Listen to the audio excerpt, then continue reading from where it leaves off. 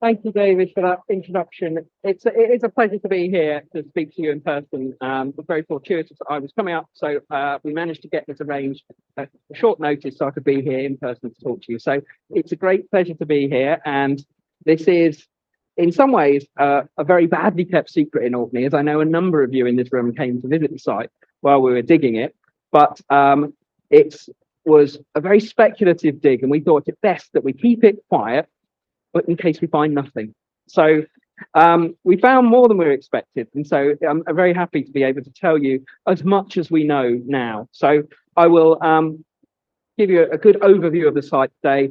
Hopefully, lots of people seem surprised that I haven't said exactly where it is. It's at Flomar in Ham.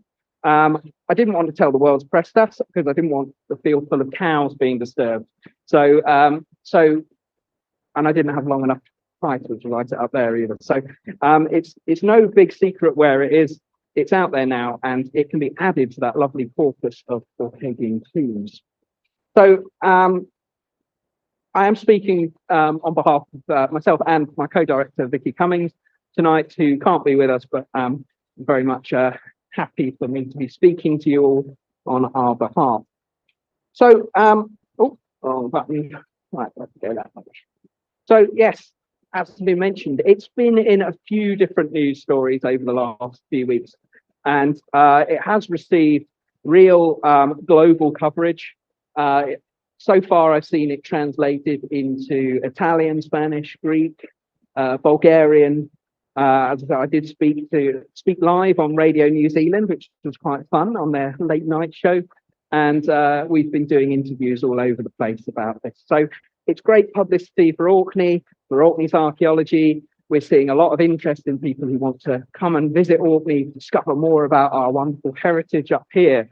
So it's been a wonderful advert for Orkney's archaeology. And it's all come out of a very small amount of seed funding from Society of Antiquaries of London and also Orkney Islands Council's Archaeology Fund. So small amount of money has actually led to a very important story that has gone around the world, and it's still going on. So how did I discover that there could be a tomb in Ham? Well, it all came out to digging in the archives. And at National Museum Scotland, we have very extensive archives over the last 200 years about archaeology, about related matters. And one of the things we hold is a lot of records about treasure trove. And a couple of years ago, I was doing a project on the history of treasure trove in Scotland. And, you know, as you all know, if you find archaeological objects in Scotland, they belong to the Crown. Doesn't matter whether they're gold, silver, pottery, stone. The Crown has a claim to all archaeological objects, all lost property. But what doesn't exist is actually a list of all the treasure trove cases. So I was going back through old records and actually trying to compile details of both the cases and what was happening. And I found these few letters in our library at National Museum Scotland relating to a case in 1896. And two things jumped out at me. Well, actually, it was three things. The first thing, it was a letter from James Walls Cursitor, very well-known Kirkwall antiquary. So someone who I've had an interest in for many years. So I thought this is an interesting case. Then it referred to the fact that there was found a stone hammerhead, a mace head, another of my interests. And it also referred to a possible tomb in Ham. And this again caught my interest because I thought there aren't any. We don't know of any tombs in that area. So I thought there's something worth investigating here. So that's where it all started back in 2020 or so. And so I followed up the correspondence. There are additional records in the National Records of Scotland's library in archive in Edinburgh. This is where all of the Queen's and Lord Treasurer's Remembrances correspondence went. And I'm not going to go in and out of all the details, but basically the case is quite interesting because Kirster had a bit of a falling out with the Procurator Fiscal up here about these fines, because in the 19th century, treasure trove didn't really operate quite the same way as today, not as rigorously. Yet this particular man felt that it should apply to everything, and he sent the police around to Kirster's house to seize the items from him after he saw the notice in the newspaper. And this incensed him. So there was a lot of correspondence backwards and forwards. When news of this discovery got to Edinburgh, the usual procedure was the QLTR asked the museum if it would like to acquire the object. Now, the museum in Edinburgh, the National Museum as it is now, was run by the Society of Antiquaries of Scotland. And so the Society was asked if it would like the finds. Kirster was a fellow of the Society of Antiquaries of Scotland, and promptly they said, no, they wouldn't like these finds. Although they're very museum worthy, they said, he has a very fine collection of antiquities. He should basically, we don't want them. He'll do the right thing in the end. And sure enough, he did. He donated them to the Hunterian in the end in 1914. So that matter was left to lie.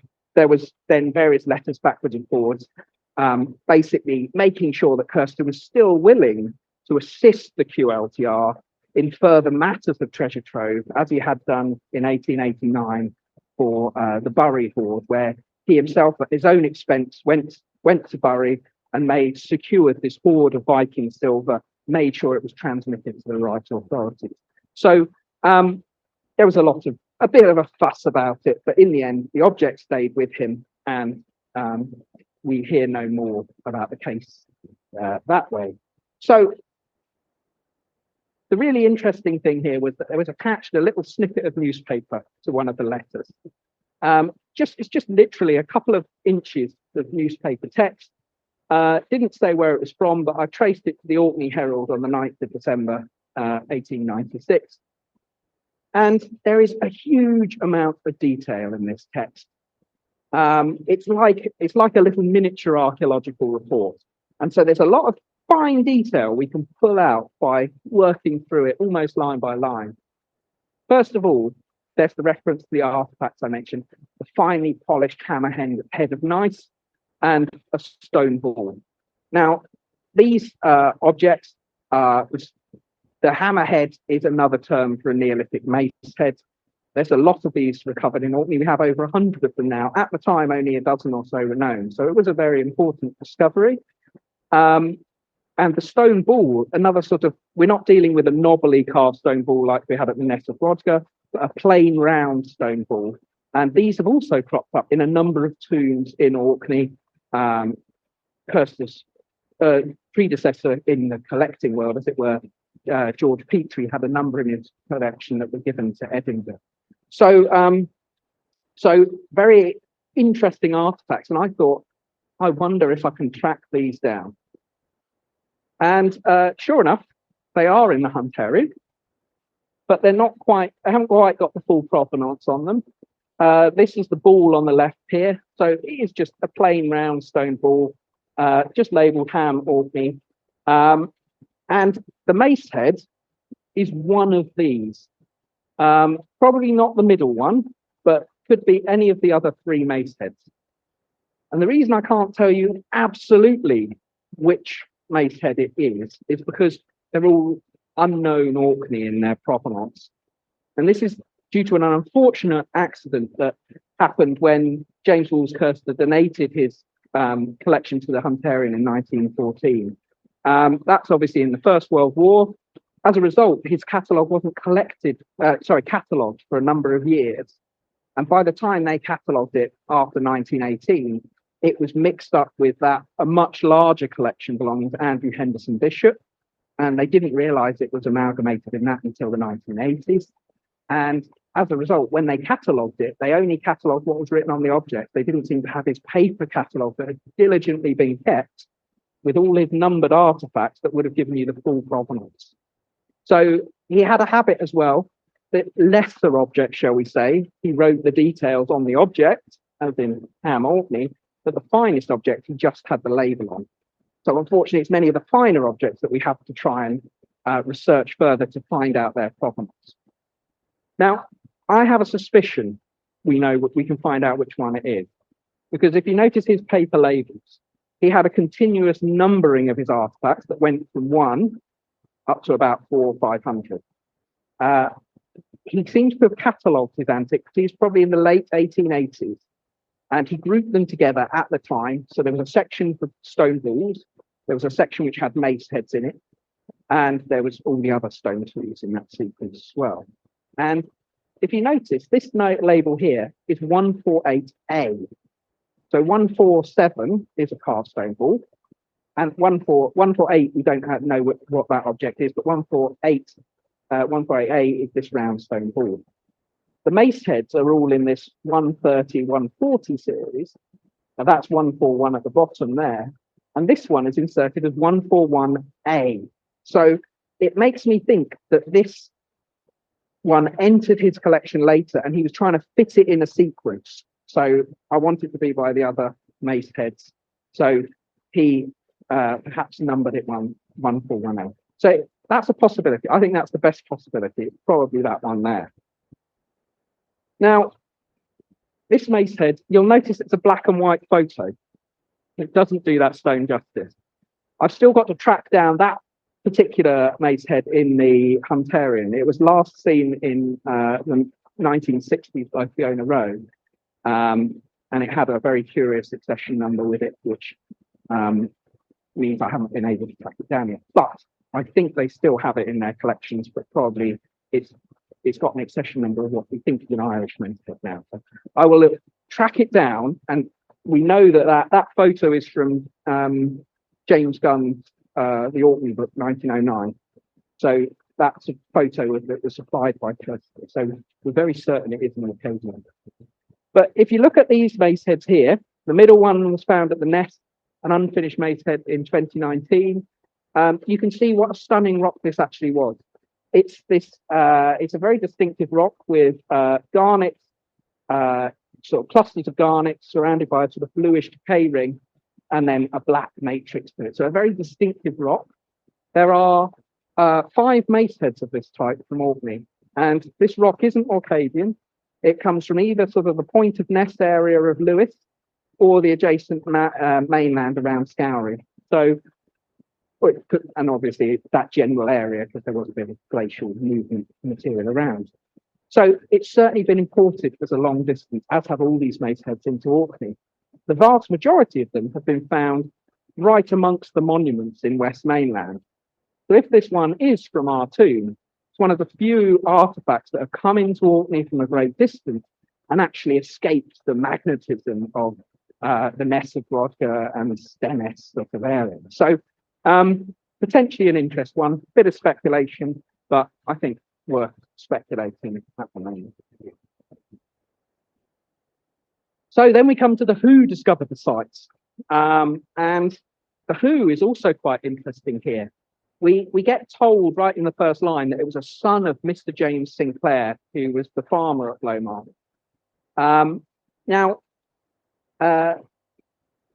And later on in the article, it tells us that the actual first destruction of this tomb happened when the house at Blomar was constructed. So there were 2 phases of activity demolishing, excavating this tomb. One that removed enough stone to build a farmhouse, slightly worrying, and another one of the son of the farmer living in that house going through and excavating what remained of that site. So we're not sure at the present when the house at Blomar was constructed. It was probably late 18th, early 19th century. Probably a bit of work we can do to try and pin that down. And then hopefully we'll have an idea of precisely when that first phase of destruction happened. Kirst described it as nearly being destroyed by the quarrying. So again, slightly worrying that there'd been much surviving. And in terms of the second episode of activity at the site, it wasn't exactly an archaeological excavation because it was being excavated potentially by a young son of Mr. James Sinclair, And again, we don't know how extensively he dug in that mound, but what we do know from Kirsten's report that he found these finds over a period of time, certainly months of poking around. So again, potentially a lot of disturbance to this monument. So I had a little look in the Orkney Family History Society's records, and these are the people who lived there just before and just after the newspaper reports.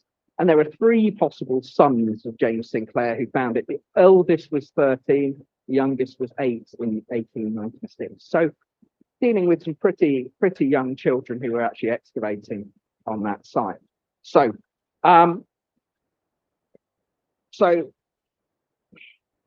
the third thing which this newspaper tells us is more about the actual site itself. And this is where Kirsten was very good, because he was very adept at describing the archaeology he was seeing here. And he gives us a really detailed description of what he had seen. And he describes a chamber 10 feet by 3.5 feet by 3 feet, and with walls surviving about 2 feet high. So not the best preservation, but still some walls surviving. And he talks about them looking like they're core walls. So what he's describing, we wouldn't call it a chamber, we'd call it a cell off of, which comes off of a chamber, of a maze house type tomb. So it sounds really good. And the reason I sort of have a good bit of confidence in Kirsten's interpretation or description of this site was because Kirsten himself had seen a huge number of these sites, and he'd been involved in the excavation at Queen in 1888, just 8 years previously. And this was a bit of an informal excavation. This was a couple of chaps from Finnstown who dug into the tops of 3 of the side cells. So the main chamber was choked, filled with rubbish, but they dug down and they found the tops of these cells, peeled off the capping stones, and looked into intact cells of these tombs. So Kirsten had seen inside these monuments, he had a little dig inside them. So he really understood the architecture of this style of monument. So I had a great deal of confidence that he knew what he was talking about in terms of the remains he was seeing on the ground. And then there's the final bit of evidence that comes courtesy of Chris G, who found a big collection of Kirsten's papers relating to his finds and his discoveries. And there's just one little sketch in a field notebook relating to this site. And you'll see this actually sketched out what he saw, which again, even more convincingly, one of the side cells leading to a chamber. But it shows he's seen something no bigger than that rug, basically, and interpreted the whole monument as possibly being a tomb from that. You'll see here he notes about 4 skeletons found in this area in the chamber and 4 in the cell. But the key bit of information he gives us here is that at the top, 150 yards east of Whymark, because this is the 1882 map. There's quite a bit of land around there. It'd be a reasonable project to go and find it. But with this information, we had a dot on the map, 150 yards. The question was, how accurate was that going to be? Was it, it's approximately east, approximately 150 yards. So we had something to start with our next stage of our investigation of looking at it in the field. So the next steps was the obvious one. All archaeologists do it, get some geophysics. So we had Orca, so we had Chris and Travis go out and undertake a magnetometry survey of a chunk of the field. And we centered this survey on 150 yards east of Whymark. So that's the results of this survey. There's a lot going on in that field. Some of it's disturbance, but I don't have a pointer, but you can see ditches running through. Up in that top corner, that blurry area, it's Possible that that could be a settlement of some character, prehistoric settlement. There's other features to the left, to the right of the centre. There's a couple of patches that could be Bronze Age barrows. There's certainly various other pits and other things going on. There's quite a lot. I'm only going to focus on what's going on right in the middle. So that on this side here, that X marks the very centre of our survey. And right at the centre, 150 yards east, there was a massive geophysical anomaly. So something very magnetic, about 8 meters in diameter. And with the eye of faith, there's a little thing extending out to the east from it. So it's a big anomaly. It's something quite large. It's certainly something very promising. And you'll see that there's just some contours. I'm sorry, they're very faint on that very top picture there. And so that anomaly also sits on the top of a local undulation. So this field in Ham, which is situated in the whole landscape, there's lots of undulating glacial hills. It's much like the landscape behind Maze Howe, which has lots of those natural undulations. And this is located on the top of the highest one in that area. So we've got a really promising site. We did try some earth resistance on it, resistivity. This can show up stone structures very well.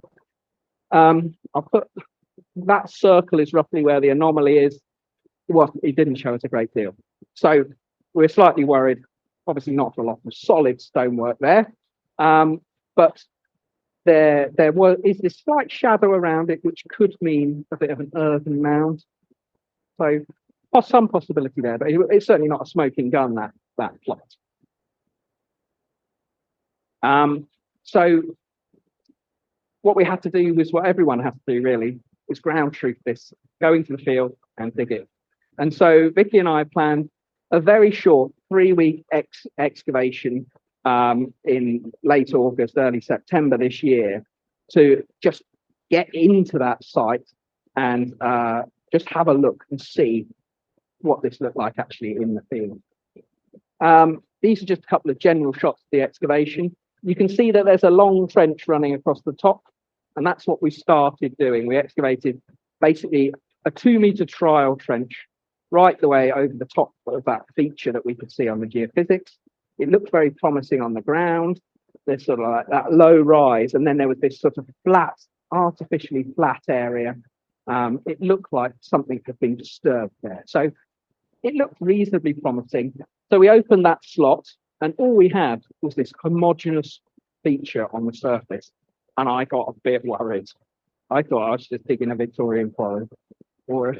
So on like day 3 of the excavation, I decided that we'd dig a little sondage, a 2 by 1 meter hole, straight through the middle of it and test what was there. And sure enough, we went through lots of disturbed Victorian backfill, but we found some human bone. And at the bottom, we found a little bit of walling and a human skull. But we soon realized it wasn't one human skull. It was an adult skull, and there were 2 children's skulls on partly articulated remains of a child on one side. So we seem to have some in situ bone preservation here. But the worrying thing was, on the other side of the trench, all we had was Victorian backfill. So we still had a concern about how much Victorian disturbance we were seeing in the site. So basically our next step was to strip a wider area. We opened up the entire area of this anomaly. I don't have a pointer here, but you can see the soil mark. It's roughly circular, but if you look at it closely, there's little lobes around the edge, which mark the outline at the back of the cells. So we could tell that the original plan of this tomb is something like what you're seeing on the right-hand side.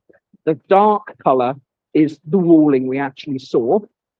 The light color is inferred, as in, I've made some wild speculation that that's how it will work.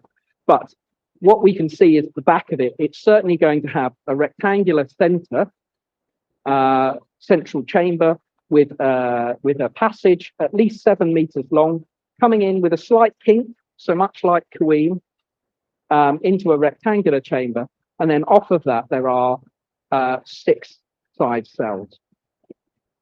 So we investigated parts of 4 of those this summer and a little excavation across the passage.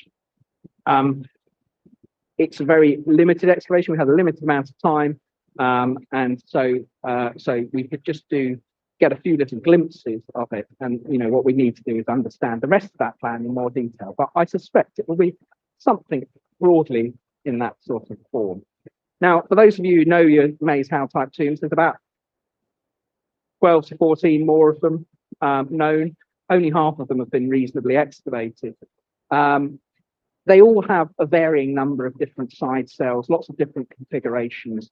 Probably the most regular of them is Quantiness, which has very big side cells. And much like this one, it has curved backs and straight sides to those cells.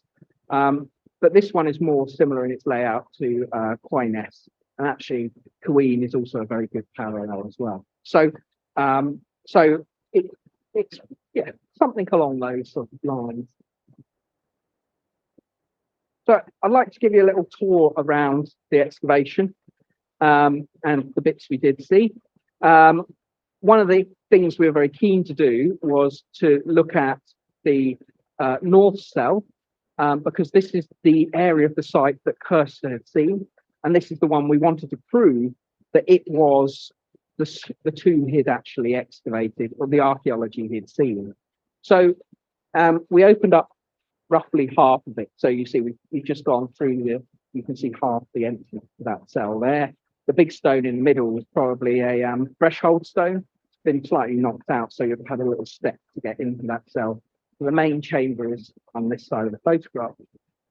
And sure enough, that walling survives about 2 feet tall. But this is a photo of it fully excavated. You can see there's a sort of compacted yellow floor at the bottom. But the wall is about 2'6" high. But slightly higher than Kirsten's notes about this. And we think we know why this is, because at the depth of 2 foot, there was a layer of trample left on the bottom. So it was all disturbed, that last 6 inches. There was a layer of trample. And on the top of that trample were partial skeletal remains. So we've got some long bones here, some pieces of skull, sort of dumped in the corner of that cell in the Victorian deposits at precisely 2 foot below the surface. So we think that these are some of the 4 individuals that Kirsten notes as being seen in that cell. He notes that they were very fragmentary notes and didn't collect them. So they're disturbed, but they're still surviving, and we've obviously retained them because we can now analyse them more fully. What we did notice was that because this Victorian soil is mixed with quite clayey deposits, is that actually the preservation on these bones seems to be quite poor in places. They're deteriorating because of the amount of time the last 200 years, they've been in this very clayey soil, whereas before that, they were in a nice preserved chamber of a tomb with an intact roof. So they seem to have deteriorated since their disturbance. Certainly worse preservation than the one I'll be talking about in the pitch. Also in this cell, we have a little bit of incised decoration, rock art, if you wish to call it that. It's 3 sort of deeply incised lines, only about so long, and lots of very finely incised lines, and they're directly opposite the entrance of this tomb. The entrance of this cell. And this is quite interesting because it is the Maze Howe type tombs that we have this incised decoration in Orkney. And so we're hoping Antonia can join us next year and take a look at some of these stonework in more detail. What we will actually, we're slightly, because the highest amount of stonework we've got this high, and much of it we've only got a single course. Obviously, the bits that tend to be decorated in the tombs are slightly higher up. So we've possibly lost some of the decorated stonework in the tomb, but hopefully there'll be at least some surviving. Also within the backfill, Victorian backfill, there was an artifact which was missed.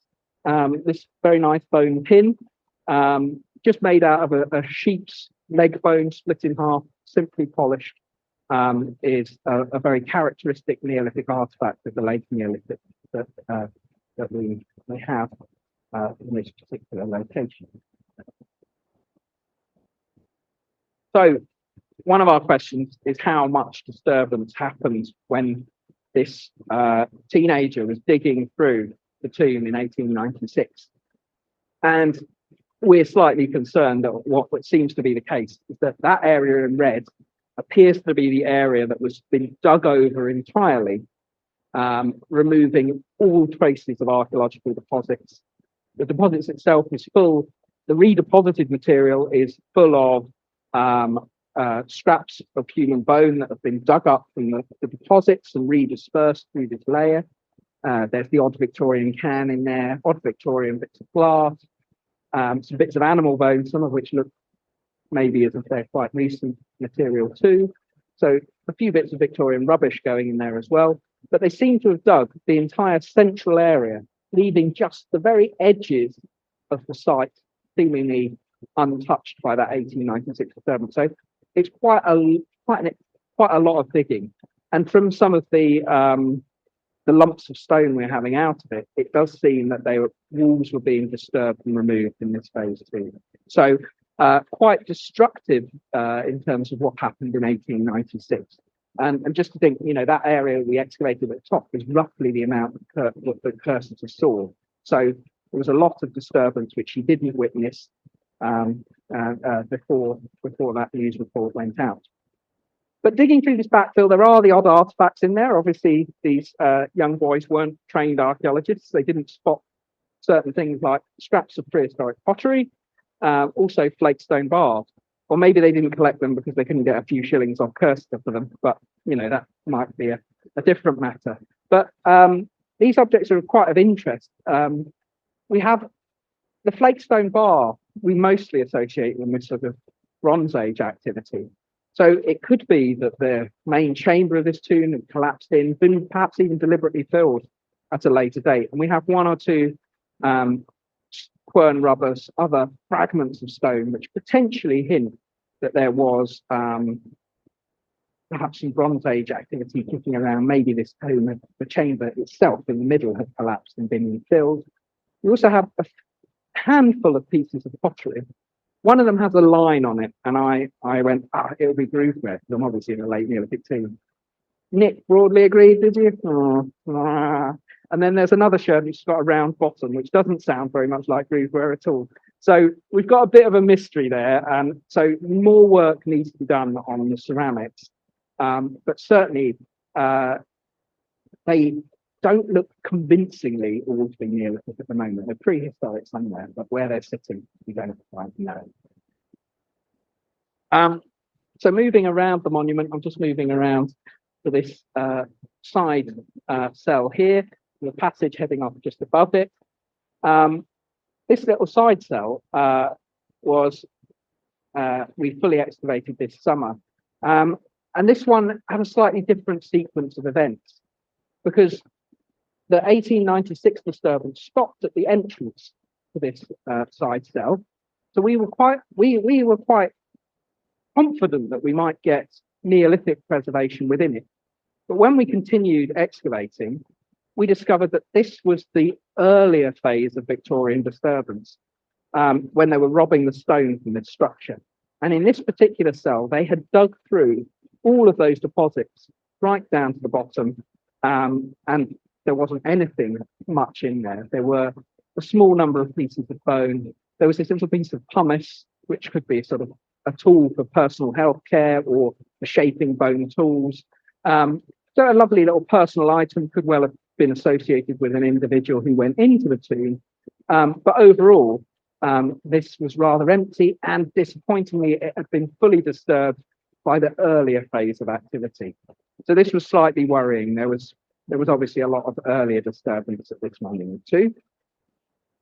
And similarly, this is the passage which heads broadly out east. So you can see here only the very bottom course on one side of that passage stonework survives. And the reason is these were lovely big flat slabs of stone, and that's what they were interested in robbing in the early Victorian period. So they took out virtually every single trace. At the very bottom, we did find a little bit of a compacted surface, clay flooring, if you call it that, and a tiny skim of Neolithic deposit. But everything else has been robbed out, seemingly. And perhaps that's why it shows up on the geophysics, because it is more like a big ditch excavated across it, rather than actually an intact Neolithic passage to the tomb. Interestingly, it does face broadly east. So Douglas Scott tells me this could well be a sort of equinox alignment, approximately, at least. So that again needs further investigation when we get a better section of this exposed. But that's sort of common alignment on the rising sun at a certain time of year, spring and autumn, which we see in a lot of Neolithic tombs. So preservation, little bit disturbed in that part too. But it was a slightly different story when we reached the south cell of the monument.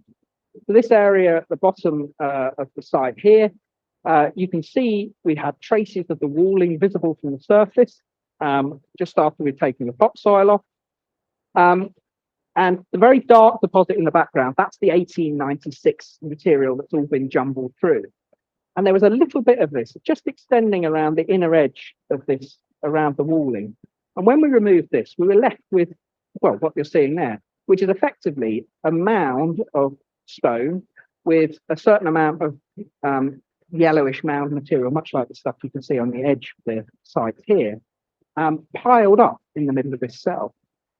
And so what it seemed that this material was from the stone robbing that happened in the early 19th century.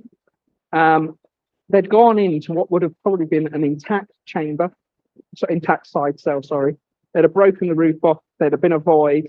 And as they've robbed the stone, they've thrown in the stone they didn't want, and they've taken away the good stone. So we've got all the scrap stone, the soil that went and kicked around, and it just mounded up. And when they'd taken the stone out to a certain level, they stopped digging. So this is very promising, because what it means is that they were dropping this onto potentially the Neolithic deposit. And sure enough, as soon as we removed that layer of rubble, we came down on a very thin layer of stone. So we're only that much off the base of the tomb here. And those bags, it's very much just a working shot list. Those bags each mark the position of the skull we found when we were removing that stone.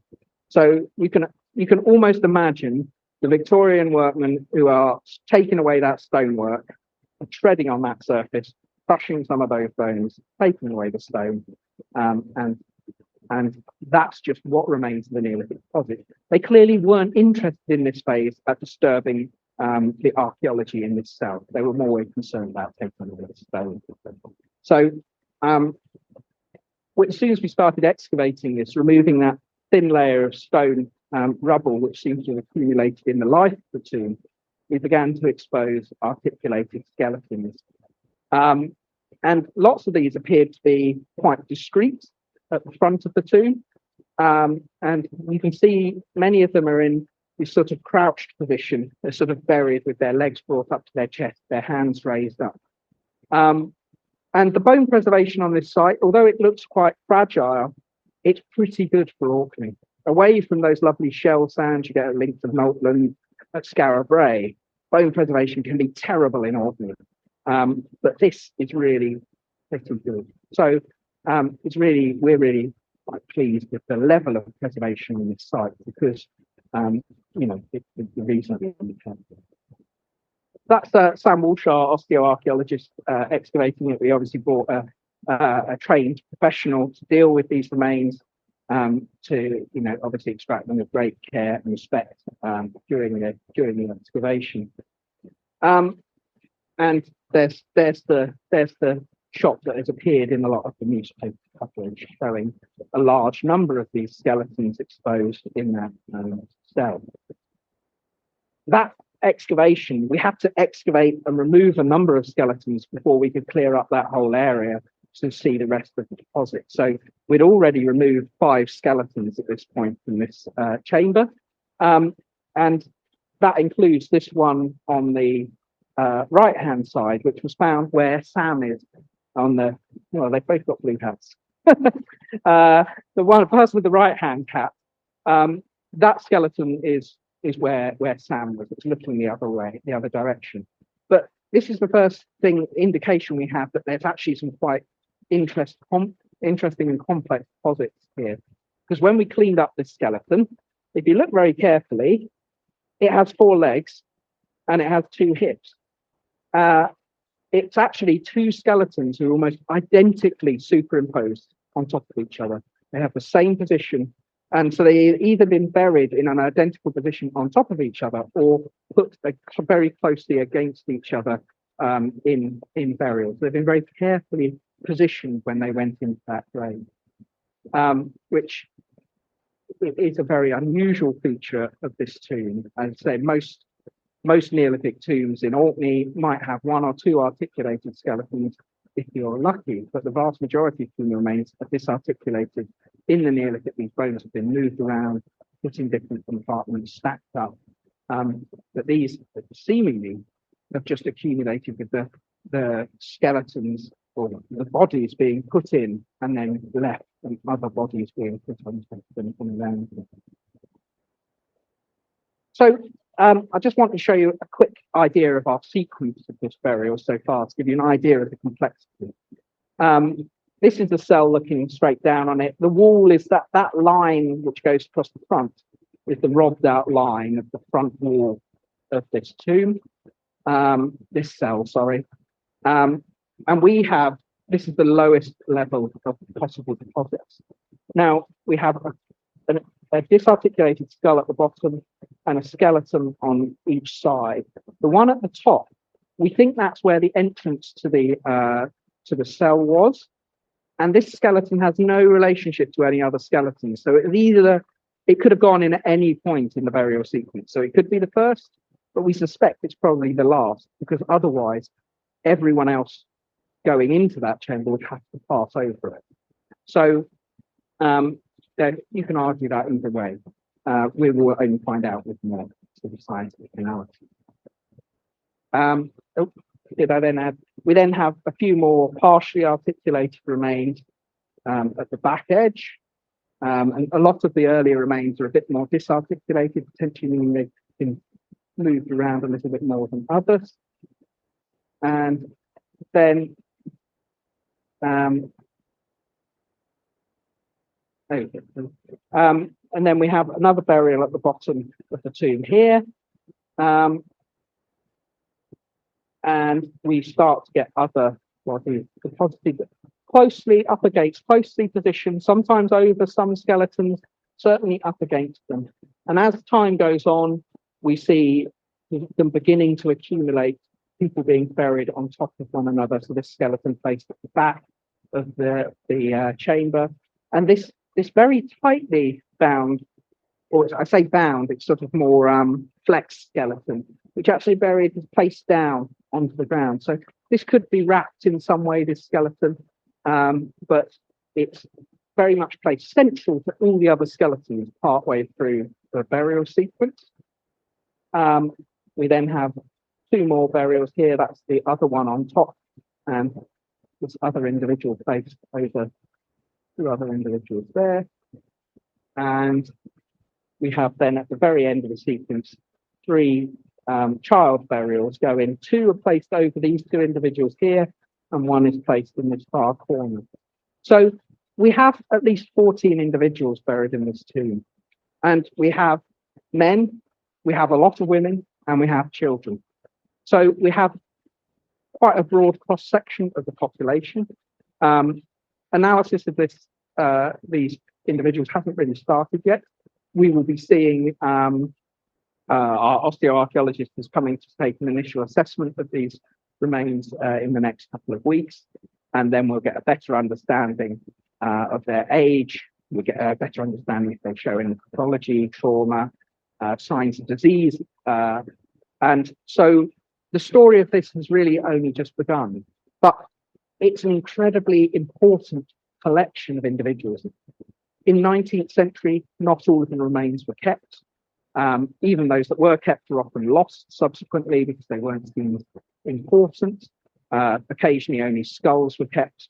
So here we have a complete group of material, wonderful collection of material, but the articulation makes it particularly important because we'll be able to tell a lot about the burial practices associated with how they were put in, but also when we look at their aDNA, we'll be able to tell what their actual relationships were in life, as well as how they were buried in relation to one another.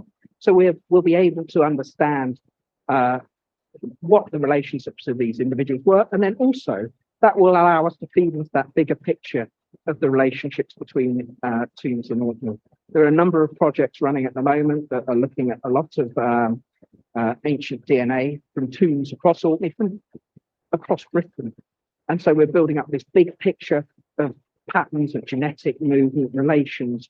And sometimes you can get both fine resolution and that coarser resolution put together, which gives a really rich picture that will tell us how these communities were engaging with each other and how people were moving in and past. This is just a little a picture of that very tightly flexed individual right in the middle of this group. And quite interesting, you'll see this arm at the bottom. It does seem that in some cases there are some very specific positions that bodies have been put in. And it's often that they have a limb touching another individual. So in this case, a hand is touching the back of that other individual. So there seem to be some sort of very specific positions in which burials have been made, which again, we can try and understand that when we analyse this story in more detail. So we do have plans for a bit more work. As I've sort of told you, a very interim statement here. We need to understand this site a lot better, both in terms of the form of the monument, the way, literally turning that light grey into dark grey in terms of its actual physical structure. We also have the opportunity to understand the construction of the cairn here. Orkney has a wonderful number of very upstanding cairns, but they can be very difficult to understand in terms of their construction because you're not allowed to take them down. So here we have one that's very badly damaged, which allows us to get to those early levels and actually understand how they were built.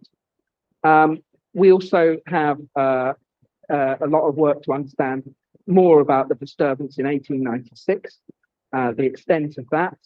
And we're very keen to recover the disturbed remains within this deposit because we think there is significant deterioration happening due to the change in those conditions from being effectively within a sort of cave-like environment of a kist to being in a very wet soil.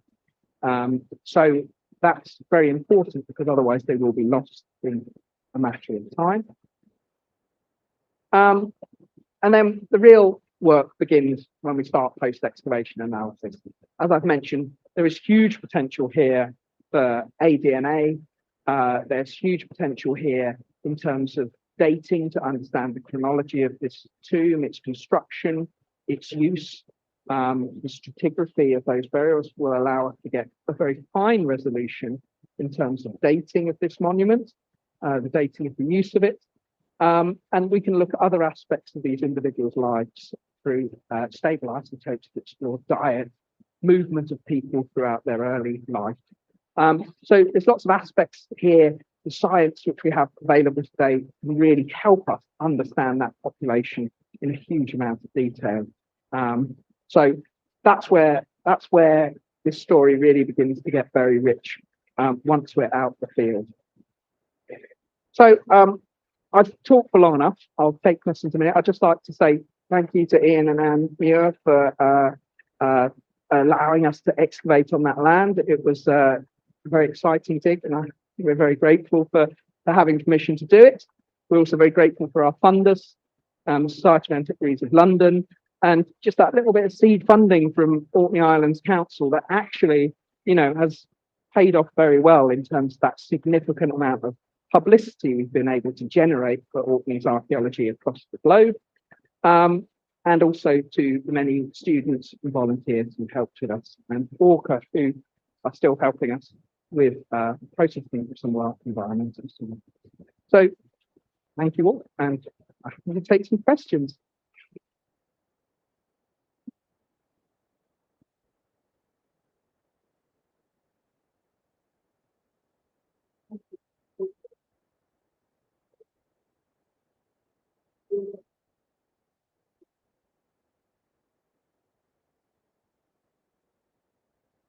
Pages suggests to me endless speculation is possible.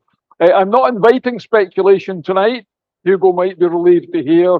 Let's invite questions, and some of it may well run into speculation.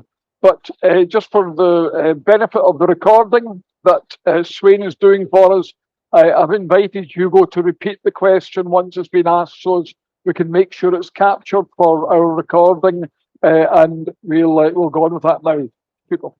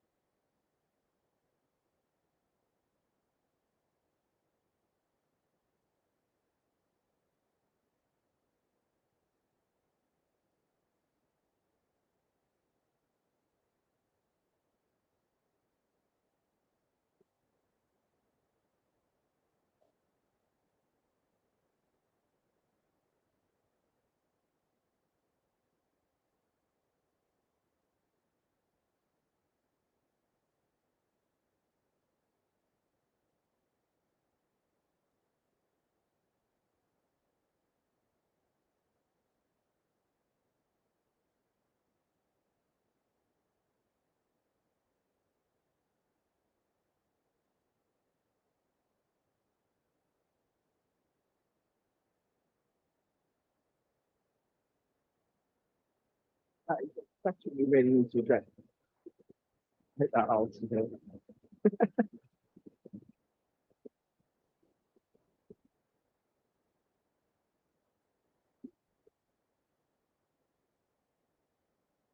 So the question, thinking about the articulated skeletons, were they not using excarnation? No, certainly it doesn't appear to be the case. We do obviously have these bodies are in bundles, so that does potentially mean that they might have been wrapped in some way. So it might have been that they could be moved around at a certain point, but no, they don't seem to have been left outside from bone. Certainly not in this tomb at all.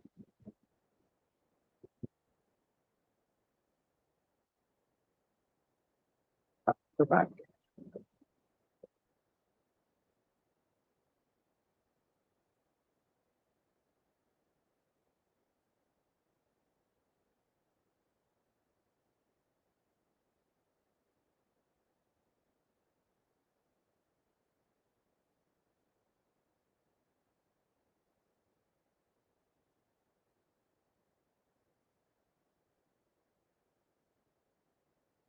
Yeah, quite possibly. It is possible that there was a more extensive period of digging in that tomb, and it's not just the children. It might be that the children found some of the artifacts, and that's the bit of the story we're seeing. But yes, it does appear, yeah, that there was. I mean, it's many cubic meters of soil that was rifled through, so it does sound quite extreme. So yeah, it's quite possible that it was being systematically worked through with by adults as well. Yeah, yeah, that is a very, very valid point, and it's one that we need to try and explore that more, and hopefully some of those finds might give us a better picture of that activity.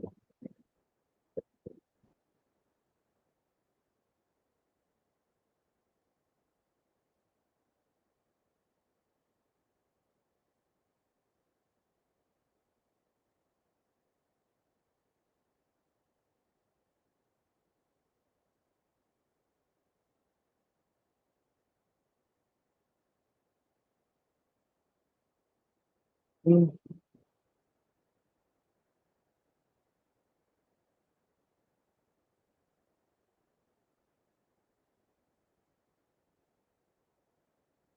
yes, yeah. Certainly, your rear molars are incredibly useful. What they can do now is a lot of incremental sampling through the molars to get details, essentially yearly details for the first 23 years of your life, as your teeth are growing. So you can get a huge amount of isotope information about that. Yes, with very fine resolution. So yes, that will be happening.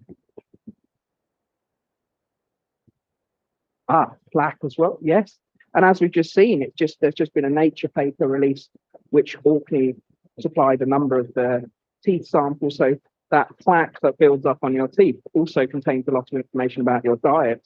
And this very recent analysis of plaque has shown seaweed consumption, and it's shown a lot of preservation which you get in that specific deposit, which you don't see elsewhere. So again, yeah, not brushing your teeth is actually quite useful to us.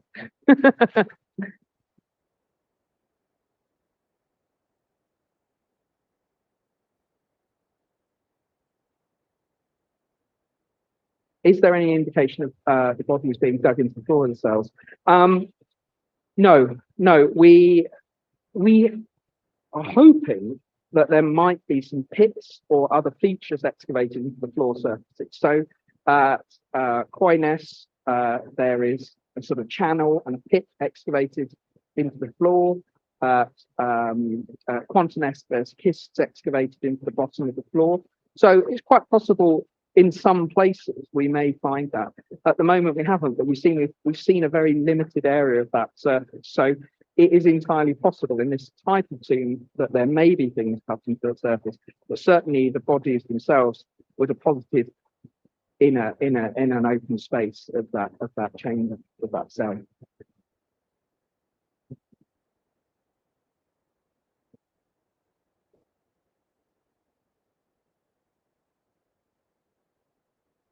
Not at present, but no, we don't. We our project is largely focused on.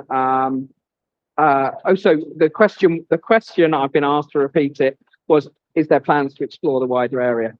Um, that's a bigger project. The focus of Vicky and I are working on a project specifically looking at tombs, and we intend to publish this with the Tresness tomb we excavated up in Sandy a couple of years ago. So our primary interest in this project is actually in the tomb itself, but there is great potential in that field. So we leave it there.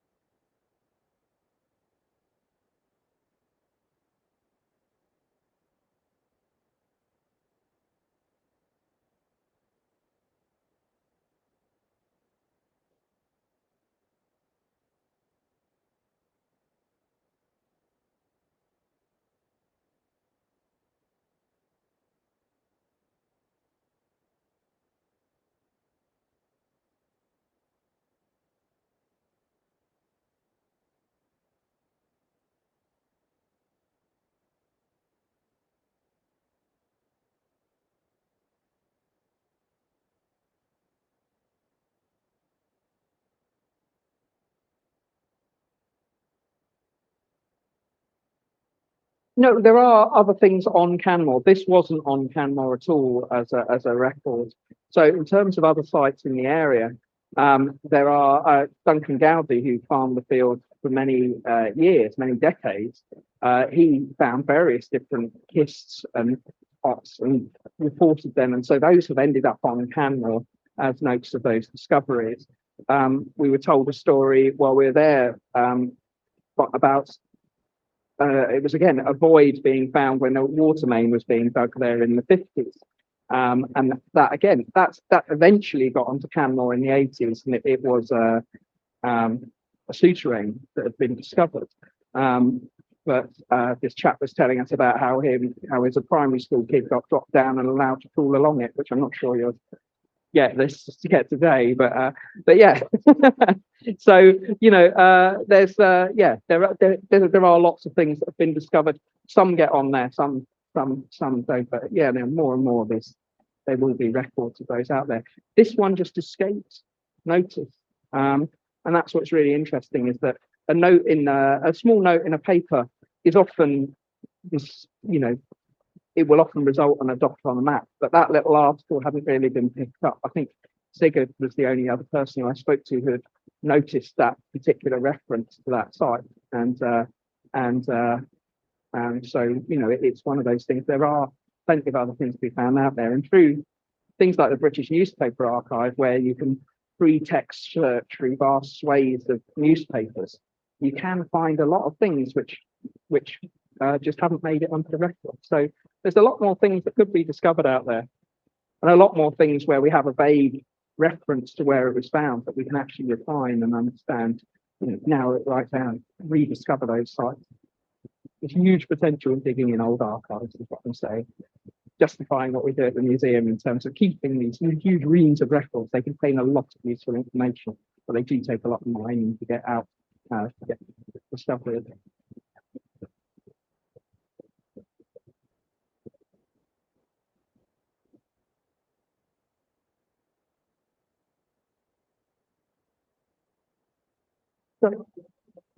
So in similarities to the scale area. I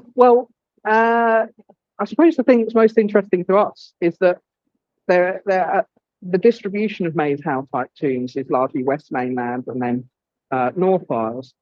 This is the first tomb in East Mainland, and so that is quite an exciting discovery because it's showing that that the population, that sort of belief, was spread more widely in Orkney. So it's expanding that overall pattern and distribution, specifically to scale. No, not really connections in that way, but there are, it's obviously enriching that wide picture of these monuments in Orkney.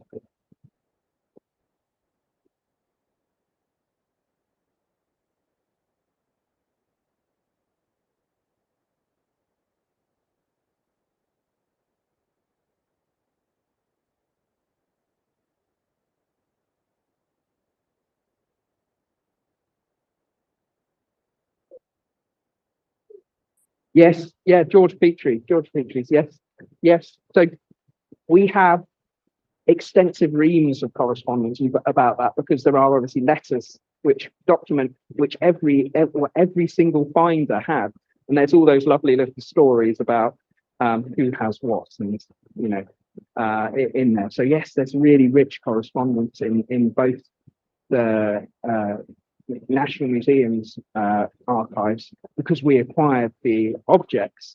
I think they cost £9 because at the time they paid scrap value. There's further records, and a lot of the detail is in the QLTR records in National Records Scotland. So yeah, I do have a lot of those. If you'd like to see some, there's lovely correspondence about it.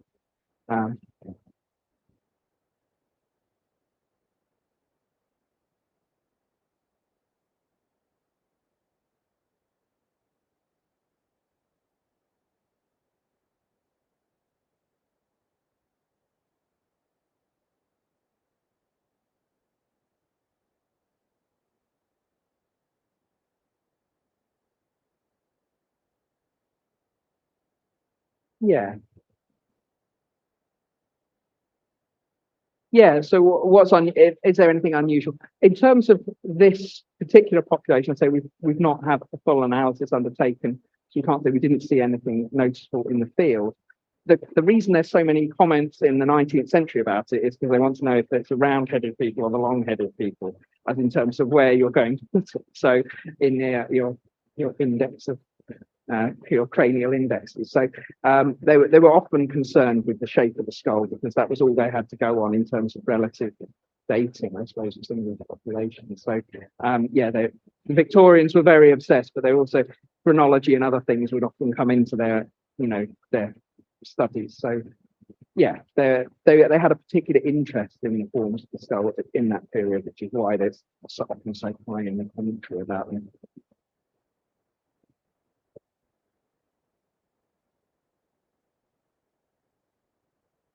One more.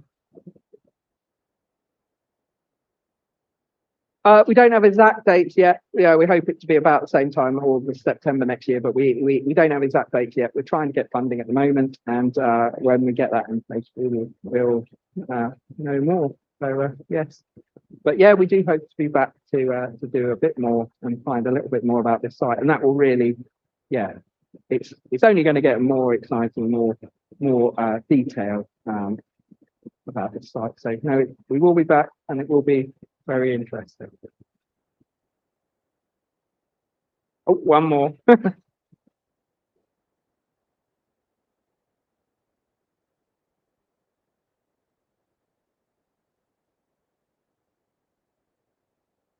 No, certainly not domestic, but in terms of burning, I mean, our tomb up in Tresness, slightly earlier in date, chambered tomb, that was full of evidence of burning, setting fires within these structures, like Anderson tomb as well.